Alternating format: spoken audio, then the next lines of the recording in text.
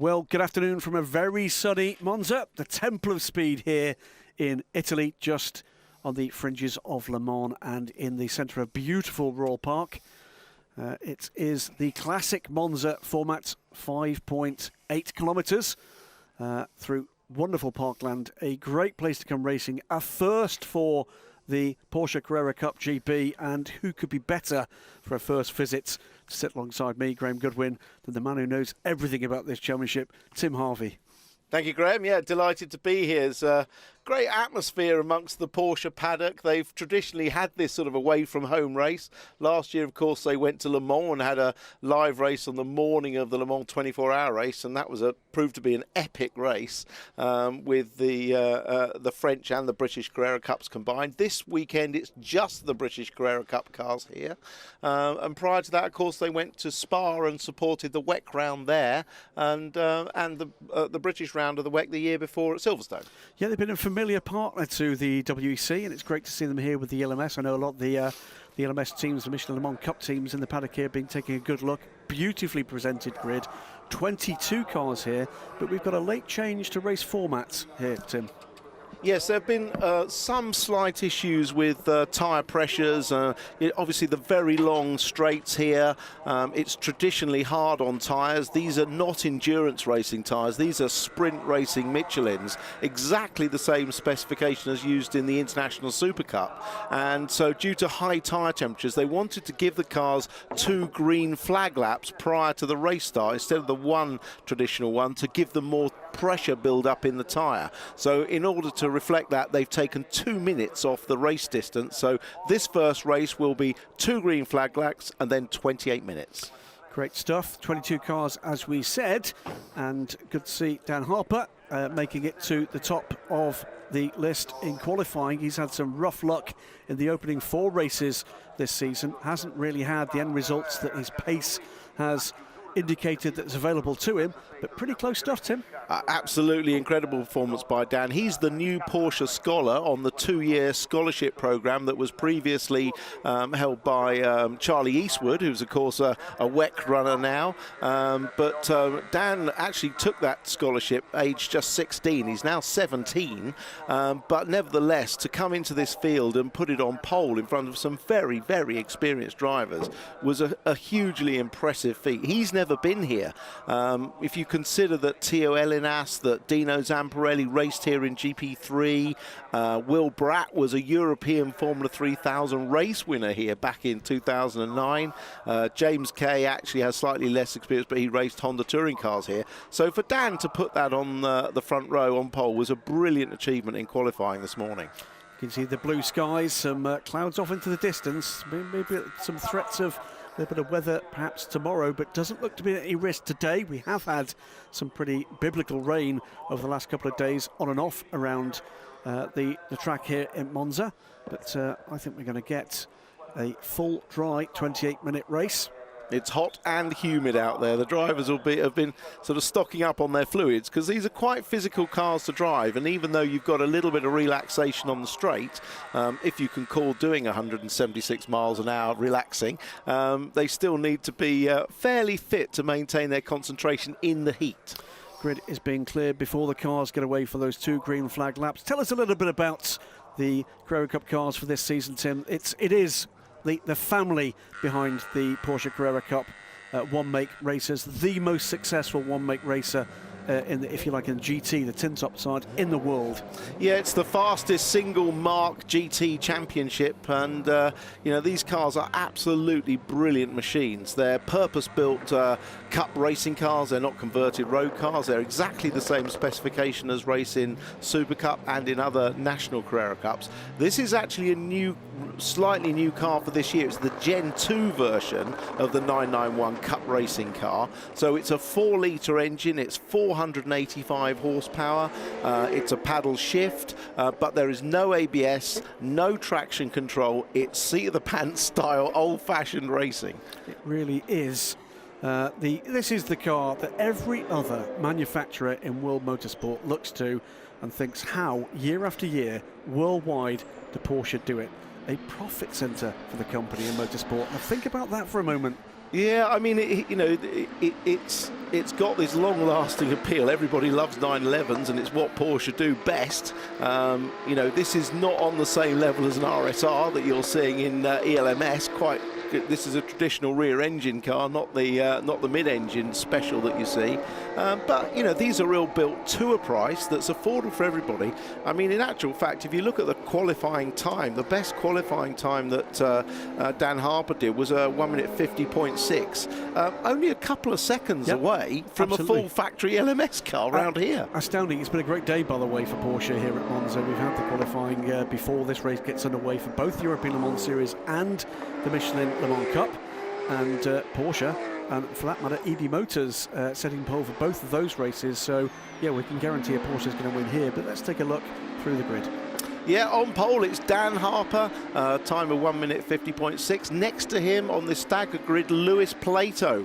And then on the next, we've jumped on down a little bit. So on the second row we have Dino Zamparelli in the red line car with George Gamble. Next up for Slide Sports is Tio Elinas alongside Tom Wrigley in the JTR car. That's the team owned and run by Nick Tandy. Next up is Will Bratt and Jamie Orton. And following them is Seb Perez and Greg Caton. Great to see him back in the championship. Esme Hawkey, our only female driver, doing a great job in 11th place, next to Justin Sherwood in the Team Parker racing car in 12th. Into Racing's Peter Kyle Henney lines up in 13th alongside James Kay in 14th in the GT Marks car. Peter Mangian lines up in 15th alongside Ian Dockrell with the Motorbase car of Dan Vaughan in 17th. Richard Hawkin is in 18th, former BTCC driver, alongside David Fairbrother in the two Slide Sports engineering cars. GCAT Racing's Seamus Jennings and Gary Eastwood are 20th and 21st, and backing up the field is Red Line Racing's Fergus Robertson.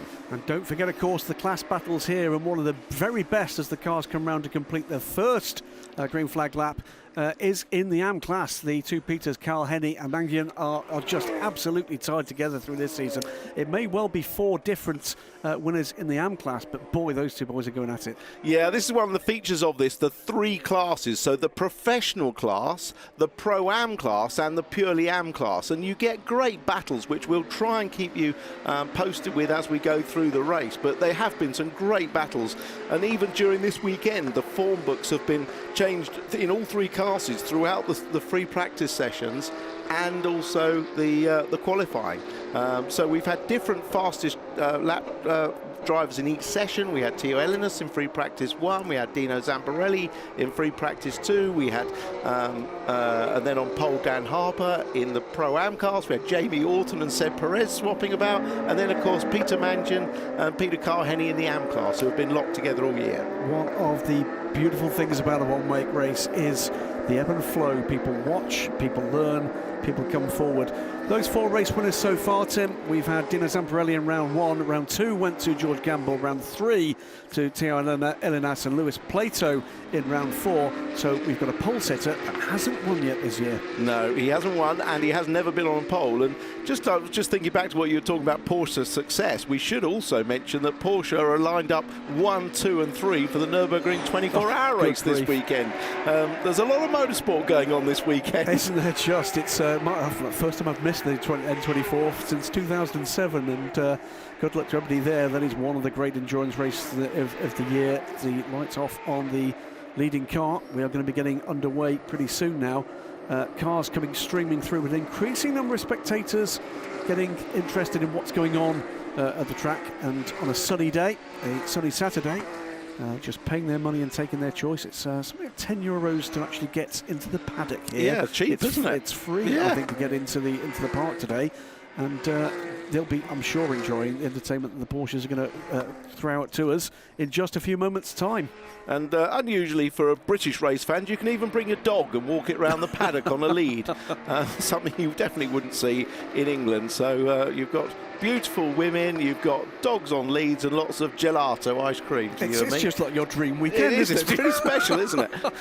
I have to say, there aren't many times that I think I'd like to be back in the car. But when I saw these guys going out there, and particularly for this race where they're not running the silencers they run in England, boy, was I wishing I was back out in one of those cars this weekend. Yeah, you stand out on the banking in the middle of the park, and these things bark. They really do. And when you hear them at some of the great circuits around the world in the other Carrera Cup competitions, well, the kind of trumpet of sound that comes up from the grandstands, they are a fantastic thing to hear. The start is going to be crucial. It's a long run down to the first chicane, the Variante de Rettifilio, and it's not easy to get these cars off the line perfectly, and if you don't, you could be swamped by turn one.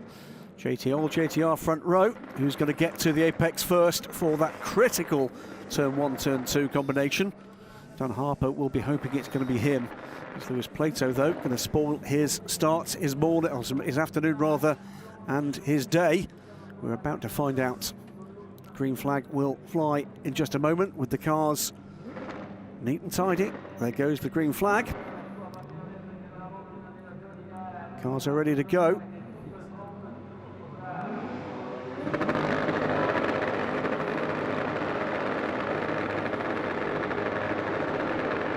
Let's come on and go.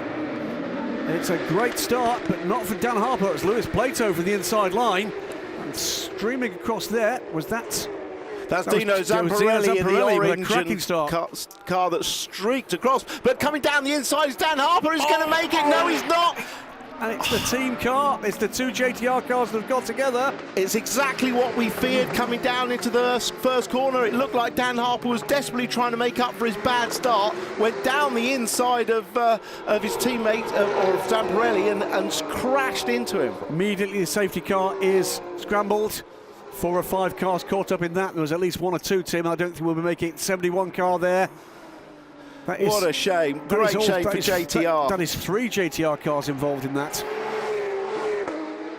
But it was, I mean, in actual fact, Lewis Plato made the best start by far, and he's been the ace starter this year. He made a blinding rocket ship start at Brands Hatch, and he did exactly the same again. So that was a great shame for him as Harper took him out. It's the 77 car of Lewis Plato, the 33 JTR car Dan Harper, Will Bratton in the 96 into racing car, and the third JTR car, the 71 car. Here's the start again. You see Dan Harper make a poor start. Zamparelli gets across and blocks the inside, but whether Harper misses his braking point or thinks he can get through, he just can't stop the car, clatters into the side of Lewis Plato. And then on the inside, one of the cars coming down the grass, that was either Esme Hawkey or James Kay that came sliding down the grass and in one of the GT Marks racing cars. Can't see which number it is, very identical livery. It's got Porsche Centre South London on it, I think it is. James Kay was broadside across the back of one of the stricken cars. He's managed to get that car going though. He's got that car away. But he collected Will Bratt, didn't he, in the side? He did. Yeah. So unfortunately very messy into turn one. That's got us under the safety car while those 4 cars are recovered. So the 77 car of Lewis Plato, Dan Harper's 33 JTR car, 2 pro cars there. The Into Racing car, the 96 car, Will Bratt, and the 71 JTR car, all, I'm afraid, look like their race is done.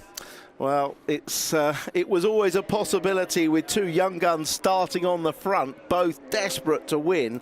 And that's a shame it had to end like that, particularly for Dan Harper.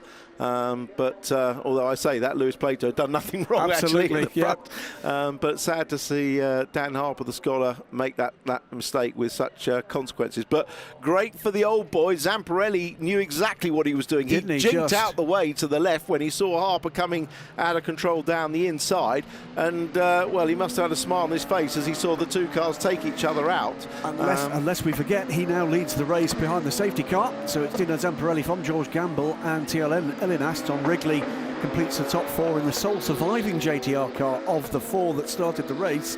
None of them got beyond turn 1. No, great shame. But it's, you know, the battle amongst the pros at the moment, the 2 sort of leading lights, if you like, are very much Zamparelli and Elinas, the most experienced guys out there. Only 2 points between them in the championship. They've both won a race each, and I think they were both a little miffed not to get the pole, because pole carries with it 2 points, and 2 points is only the difference between the 2 of them at the moment. So it's a crucial thing, but they really are the pace setters, or have been so far consistently this year, and once again they're sort of showing their experience, shall we say, over youth and impetuosity. And this, lest we forget, particularly for a young professional, is a major championship to carry your career forward to. This can make a massive difference for any of these guys looking to make the way within the Porsche family or beyond. Yeah, and the other thing is now that is one of the things that was introduced this year is that instead of having two separate times from qualifying starting the grid for race 1 and 2. Race 2 is actually decided by the result of race 1, albeit with positions 4, 5 and 6 randomly chosen from a ball out of the hat to reverse. But what it does mean for Dan Harper and Lewis Plato is it means they will definitely be starting race 2 at the back. So it's a double penalty. Yeah, absolutely. And with relatively short races, well, the clock is still ticking because this is a timed race, as we said, 28 minutes, and now following the safety car, it's already down to 23 minutes, isn't it? So it is going to be a right sprint. Well, what we can certainly say is that the marshals, and thanks again for the marshals to do what they do at this and every other circuit in the world, have had plenty of experience of this kind of incident in Turn 1 at Monza, so they'll be pretty well versed with getting the cars out of the way. But I hope there's not too much damage for any of those cars. It didn't look like there was. I think there's going to be work to do, particularly JTR. I don't think they're going to be getting that early restaurant booking this evening. But particularly for JTR with 3 cars involved, but there wasn't heavy damage to any of those 3 cars. No, it'd be interesting to see how they handle the restart as well, because Elinas will be desperate to try and get past Gamble as quickly as he possibly can. Not that that's a raging certainty, of course, but if he can, he'll want to get back on the tail of championship rival Dino Zamparelli. We'll stick with this, and it will give us an opportunity to see how recovery work is going. It will be at least one more. There goes the stricken Dan Harper car behind the Armco. Oh, I was hoping we were going to see a little bit more to the left there, just absolutely. to see Here what we go again. There goes Zamparelli from driver's left to driver's right, carves through, gets into second position, and then I think he sees it coming, doesn't he? I think he does exactly that, and sickening, I'm afraid. Awful moment for both drivers concerned there, and then it went all wrong from there on in. Yeah, some guys doing a very good job of avoiding other cars, actually. Indeed. Further back there. They really did. But yeah, I think Dan just outbraked himself. He may not have even intended to overtake, but I think he outbraked himself, and he had no option but to go into the gap, and there was never going to stop the car. We've got 2 That's cars, Lewis's Plato's car, making their way on the flatbeds. Won't be very much longer before they get the race back underway. I just wonder if his peripheral vision, Tim, was just full of Dino Zamparelli, left and right, and maybe it was just that moment. Dino did make that strong move to the inside and a strong move to the outside, and maybe that just took his attention for a second too long, and that's all you need, isn't it? 1 second, and it's all over. That's Jamie Orton's car, the Pro-Am points leader, but yeah, so it's a bit of a blow to his championship, although you can drop 1 score. But yeah, I think you're right, it's quite difficult to spot your braking, particularly on the inside, and particularly on the first lap. Tyres would have been pretty warm, but it's just, you know, the race is not won at the first corner, is it? No. I think he was, you know, as a racing driver, when you make a mistake, there's a great incentive to try and make up for it immediately. Now, have the safety lights gone out? They're still on. They can go out on the run down to Parabolica to indicate a restart. So we've got just a few seconds more. After the Ascari chicane. But yeah, it's an easy mistake to make, to try and make up for a mistake instead of them being patient and taking your medicine. Absolutely. I think he will, though, reflect this was not his best afternoon. Now, it looks to me like the lights are out. Me too. So we're going to be getting back underway in just a few seconds. Just warming those tyres again. Yeah, Zamparelli just backing the field up, and he will decide when he goes. I should imagine the earlier the better would probably gap him best towards Gamble, and he's gone already. He's gone now. And here we go. No overtaking until they cross the start-finish line, but that is fairly early on the straight. Absolutely. So just under 20 minutes to go after that safety car period from the multiple car incident at Turn 1, triggered by Dan Harper's attempt to regain his pole position advantage. But Dino Zamparelli it is that comes through this time in command, ahead of George Gamble, Teo Elinas, Tom Wrigley. A little bit of dust on the first corner, some coolant probably from one of the radiators that the damaged cars just dropped on the circuit as they head out round the Curva Grande on the first real racing lap. Looking a bit further down, it's Pro-Am leader Seb Perez, 5th position. And there's Seamus Jennings up into 6th position in the GCAT racing team. Of course, we're going to see this order shuffle pretty dramatically as a result of that. Cars delayed getting around those stranded cars. Yeah, Seb Perez, who, as I said, have been battling with Jamie Orton all the way through the practice. He'll be pleased to see Jamie Orton out of it and try and score some big points. Ian Dockrell having a bit of a sniff there. Such a fantastic circuit here. We're looking at back at the exit of Lesmo 1 and into Lesmo 2 as they approach the Ascari chicane, and certainly Zamparelli hasn't jumped away, has he? He's not got away cleanly. If anything, though, it's the second place man, George Gamble, under a bit of pressure from Teo Elinas, looking to make up that ground. A cracking little battle, 3-4 cars there, not much further back. A group of 4 or 5 cars there, Tim, beginning to get away a little. Yeah, all the drivers using the curbs through Ascari. They don't do that on the first lap when they're building up tyre pressure, but now the tyres are up to pressure, they can attack the curbs a little bit more freely.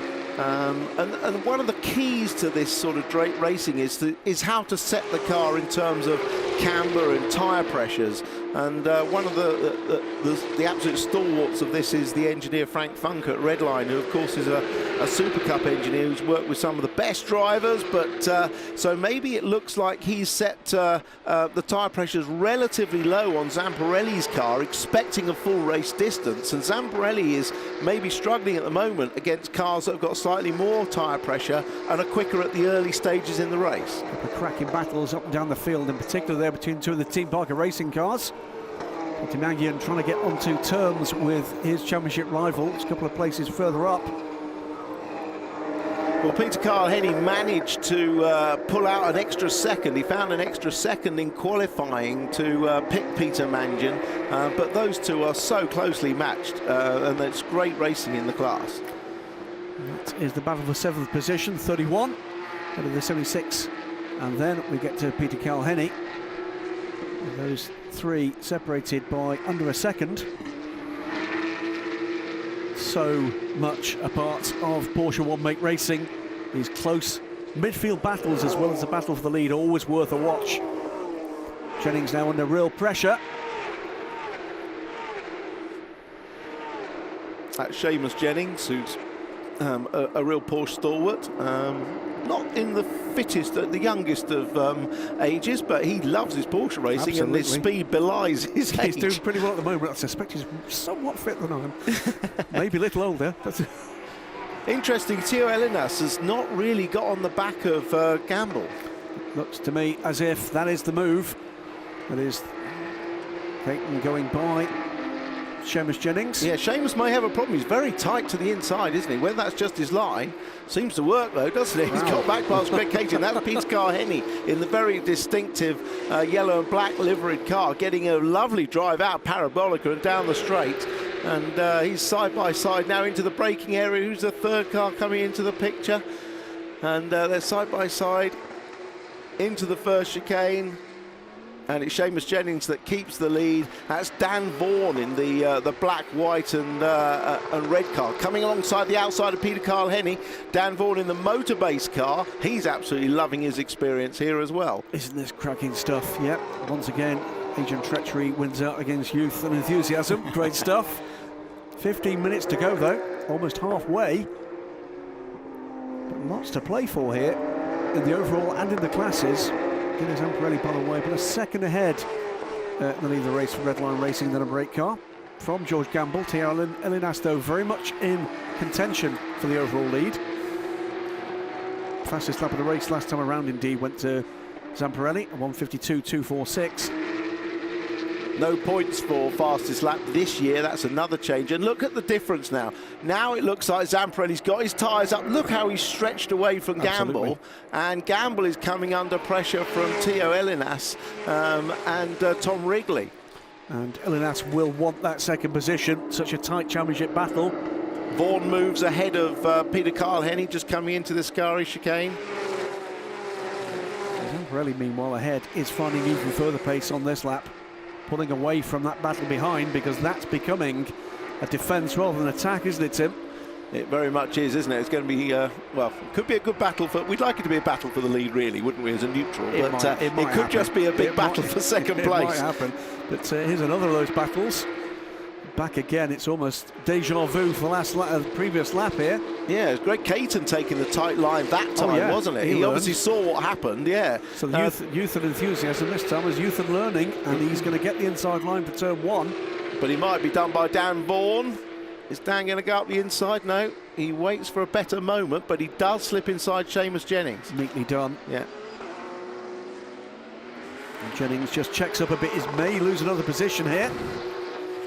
Come around Curva Grande.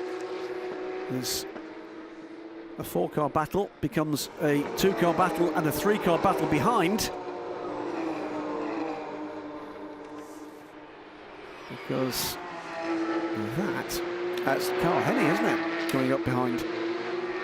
No, this is the battle for second, and we've got Gamble defending into Lesmo 1 from Tio Elinas, with Tom Wrigley sitting behind them both, watching what's happened. And Seb Perez is the second of the Amigos cars that's catching these three battling for second place. So it could become a 4-car battle for second place with both of the Amigos cars in the mix. Zamparelli, you're completely correct. Tim is making hay while this battle rages behind him. He's nearly 3 seconds to the good now. Another fastest lap for Zamparelli last time around, a 1:52 dead almost.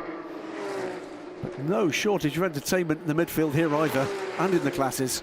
No, definitely not. 12 minutes remain. Can anybody do anything about Zamparelli? Looks at the moment as if they can't, but Tio Elinas looking ever more eager to get by the car ahead of him. Although he's just lost a little bit of ground. That's Ian Dockrell. He's looking in for a move into the Parabolica. Is he going to get it done? No. Back to the battle for second place. Gamble's driving ever so well. He, of course, had his first win at the second race at Brands Hatch. Some would say slightly fortuitous because he had the reverse grid pole, and then we had a race that was mired by safety cars and accidents. But a win is a win. You've got to be there. And he's been quick all the way through this year. Former Ginetta driver, of course. And, you know, he's there on merit this time, on speed alone. Great to see, isn't it, how the Toka package almost supporting each other with drivers, whether or not they be pro, aspirant pro, gentleman drivers up through the ranks. And this will be a big day for a lot of these guys. First chance to race for very many of them on this storied track, a wonderful place to come racing. Peter Carl-Henny's got to the front of this group. That's Seamus Jennings behind. This is their first and second in the AM category. So great battle going on there as Gamble defends, coming up to Ascari. Is that going to compromise him through the chicane and give Elinas a quicker exit? He's using a lot of curb, Gamble, probably less than Elinas. Elinas looks the more racy, and it's certainly a defensive drive right now from George Gamble, isn't it? Very much so, but exit from Ascari so important, as is exit from this long right-hander Parabolica. I mean, the cars actually come out of here over 105 miles an hour. Minimum speed in the corner is 85 miles an hour. Really, they're looking for any chance up the inside. It wasn't there this time, but this time it's Elinas that's got to go defensive. Bit of slipstreaming down the straight as they head up to 176 miles an hour before the brake area. Wrigley goes to the outside. Elinas will defend, but has he stopped the car? Yes, he has just got it off. I thought he could have run into the back of Gamble there. That was a close one, but they're all the way down to first gear from 176 miles an hour down to a slowest corner on the track, 41 miles an hour in first gear. Then up through sweeping through the Curva Grande, they hit sixth gear again at that point there, just before Zamparelli brakes. He's doing 161 miles an hour. Elinas, despite that defence, had a brilliant run through the first couple of turns and is now right again with George Gamble. And that's James Kay fighting with Richard Hawkin. and they're fighting over 14th place. Still, the battle goes on. I think there's always an element with Porsche racing that although you can drop one score, because the points are so close, there's an element of caution. Yep. You know, particularly in this first race where the bigger points are on offer. There are more points in race 1 than race 2 to reflect the reverse grid lottery, as some people would call it, but it's to reflect that situation. And of course, the radiators on Porsches are all at the front. You don't want to blow one of How many those. times have we seen that? Up the inside, there goes the number 22 car. Kyle Henney on Seamus Jennings. Stretching out his on-the-road advantage over championship rival. Putting cars between himself and Peter Mangan. 8.5 minutes remain. And plenty that could really still be decided here. This time around, George Gamble's just pulled out a bit more advantage, and all of a sudden it becomes actually less about a 3-car battle for second, more about a 2-car battle for third. Yeah, and this has slowed them all down a little bit as well. I mean, Zamparelli had the fastest lap a couple of laps ago, 1:52.0, which is a quick lap. Stan Vaughan just getting ahead of Greg Caton. The 55 car. Brave move through there. Absolutely. You don't see many moves side by side through the Ascari chicane. But that's now up into 7th position overall. Battle for third in Pro-Am, that one. A little bit of a hurry up from Ian Dockrell there. Oh, back to the battle for second, bouncing over the curbs. And they're back again, up on the rear end of George Gamble for second place. Looked like he did have the opportunity to pull away there. Yeah. Seb Perez hasn't caught up to the back of this group, but he is still leading the Pro-Am category very handsomely, so he'll be pleased with that. Yeah, he's a good 8 seconds to the good from Esme Hawkey. 6th position overall for the GT Mark squad. You can see these cars sliding around under acceleration. Absolutely no traction control here, boys. Good raw racing, this. Yeah, Peter Carr-Henny's got a little gap over Seamus Jennings now, which would make him a little bit comfortable. Just 7 minutes to go now. Wow, I mean, Gamble really attacks that final curve, but it's scary. But it seems to help him because it gives him more momentum all the way run to parabolic. He's trying to break the toe. These cars surprisingly don't give off a very big toe. We found even at Le Mans last year, you couldn't draft up behind somebody and pass them. You just got a tiny bit of advantage. So it's not really a big help to be in the toe. That modern aero efficiency doesn't necessarily help the drafting this time, Wrigley's got a good run. Goes to the outside, though. Elenas keeps the inside. We've seen this move before, but it's so easy to outbrake yourself. Squeezes to the outside. No weight by there for Tom Wrigley. Is he going to get the better run out here? No, he doesn't. Elenas again gets the power in. Yeah, Elenas had good traction, didn't he, off the corner? He was slow in, stopped the car on the apex, and then drove it off, which is a key. These cars are all about corner exit speed. That's a move again, a change again. Ian Dockrell. He's making good progress here. Ian's always a spectacular driver. Drives with his heart on his sleeve, and he's good fun to watch. Absolutely. But this man, we haven't seen much of him, Dino Zamparelli, in the Nationwide Accident Repair car, but he is out up front, and he must be loving this. Obviously of Italian origin, Dino Zamparelli. I was out with the family last night, and they were all talking Italian. I couldn't hear what they were saying about me. You know, for Dino, this is a big race. He's got a lot of family and friends here, and you know, well, with a name like Dino Zamparelli, you've got to win in Italy. If not, you're in trouble. Exactly. Really. But this is a great event for the championship. It's a good race for the championship as well. Zamparelli, though, will be loving this one. Is he going to become the first two-time winner this season? It looks at the moment, with under 5 minutes to run. And of course, it helps him points-wise to have Tom Gamble in second as opposed to Teo Elenas. This first race, which gives more points, with Elenas dropping a position, would definitely help him in the points. Could this be a defining moment when the history of this championship is written? So 4.5 minutes to go, lap time's just under 2 minutes. It's going to be about 3 laps, isn't it? It is indeed. Still, this battle, though, is not yet done. You do get the impression Teo Elinas looking for the opportunity. It's not been there for him.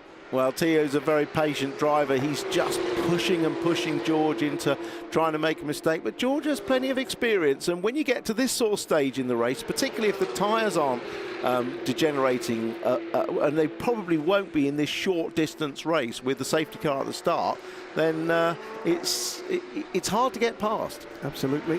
No way through there. Although George is looking pretty ragged, isn't he? As we see him bouncing across the curbs. He's clearly having to push very, very hard to keep a determined Teo Elinas at bay.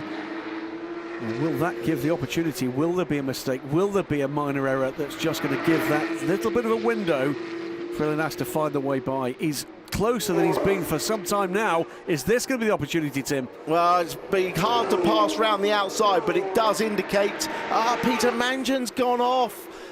That's in turn 4. Yellow flags at turn 4. Elinas went through by the timing line. He did register on the timing line in second position. Oh dear me. Lock the rears on the down change. That's something we see quite a lot. These cars run quite a lot of rear brake because there's weight on the back. No, Elinas is still behind Gamble. So at the timing being to the second sector, he was through, but lock up! No. Lock up! No, that is going to be enough. Mistake. Pressure mounted. And whether that's a lock-up, maybe even a puncture or just a lock-up, but what a shame for George Gamble. He's driven a fantastic defensive race, but relief for Teo Elinas to get through and an extra 2 points. Just 2.5 minutes more of pressure he had to soak up. He couldn't quite make it. So 2 more laps, but with a yellow out as well at turn 4. He's just locked the rears up, look, as he's going down the box. And so lucky that neither of the other cars was collected in that. Just threaded the needle between the 2 cars, was in close contention with. We'll see it again. You'd barely believe there was room for that, would you? Russ Swift would be pleased with that one, wouldn't he? So unlucky for the driver concerned, very lucky for the other 2 guys. Teo Elinas now 5 seconds back, 2 minutes to go. This man, Dino Zamparelli, dominant. Yeah, an absolute peerless performance. Obviously, we lost the 2 front row men at the start, which was a shame. But you can't take anything away from Zamparelli. He's had the fastest lap of the race and looked after his tyres, brought them up to pressure very nicely, and then stroked away with the race. George Gamble, by the way, did rejoin just ahead of his Amigos Team Parker teammate Seb Perez. So clearly no puncture there, which is a good thing. Just a lock-up on the unweighted inside wheel going into Parabolica. And a reasonable first sector time as well, despite the fact that I'm sure the tyres will be pretty mucky. And look at Zamparelli, he's not even using the curbs, is he? He's really looking after the car. He doesn't want to put the car across the curbs and risk a puncture when he's got such a big lead. I'll tell you something though, Teo Elinas is throwing that car around. Now, okay, it's going to be 1 more lap. Yeah. Abandon ship by the number 44. Peter Mangen. But 4.4 seconds is the lead gap as they come round to complete the penultimate lap. Onto his last lap. And nice position for a driver. You can actually enjoy this. You know, you can brake a little bit earlier, change up a little bit earlier. You can actually enjoy this last lap. Keep your concentration out. Don't work on your victory speech too early. But, you know, starting a last lap when you're absolutely under pressure is pretty nerve-wracking. Starting a last lap when you've got a 4-second lead is an absolutely lovely position to be in. It sounds to me like you're reviewing some of the greatest hits of Tim Harvey in years past. I've never had that luxury.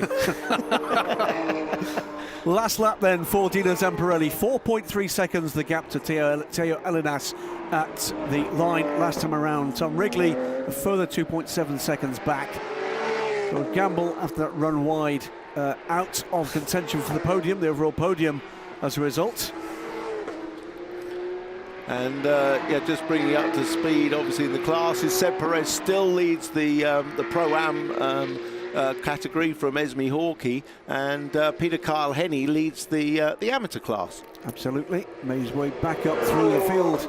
Peter Kyle Henney.